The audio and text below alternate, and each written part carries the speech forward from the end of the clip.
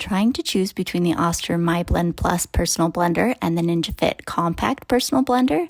Let me show you how they work so you can decide which is best for you. First, let's have a quick look at their bases.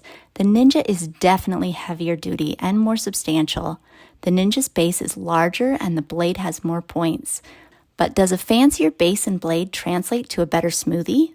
We fill each cup with strawberries, lactose-free milk, guava juice, and chia seeds. This is my favorite morning smoothie, filled with fiber while following FODMAP recommendations for cutting out foods that can be irritating to the stomach.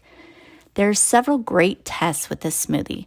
First, can each blender handle big chunks of frozen fruit? Second, can they handle a very thick smoothie with very little liquid? And third, can they cut up the tiny chia seeds and keep the smoothie from being grainy?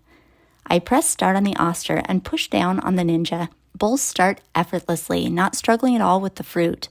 But the strawberries freeze to the top of both cups and require a few extra taps.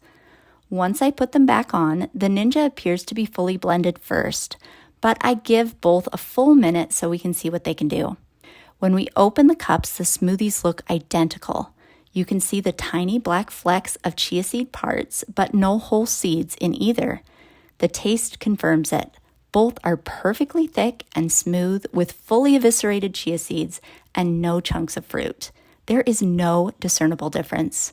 Both are excellent smoothies, every bit as good as the ones I make in our Vitamix. So here are my takeaways. The Ninja looks more heavy duty and takes a little less time to fully blend, and I do expect that it may last longer. The Oster is smaller and more simple, but it's every bit as effective in making a great smoothie. The only other thing to keep in mind is that the Oster only comes with 1 cup, whereas the Ninja comes with 2.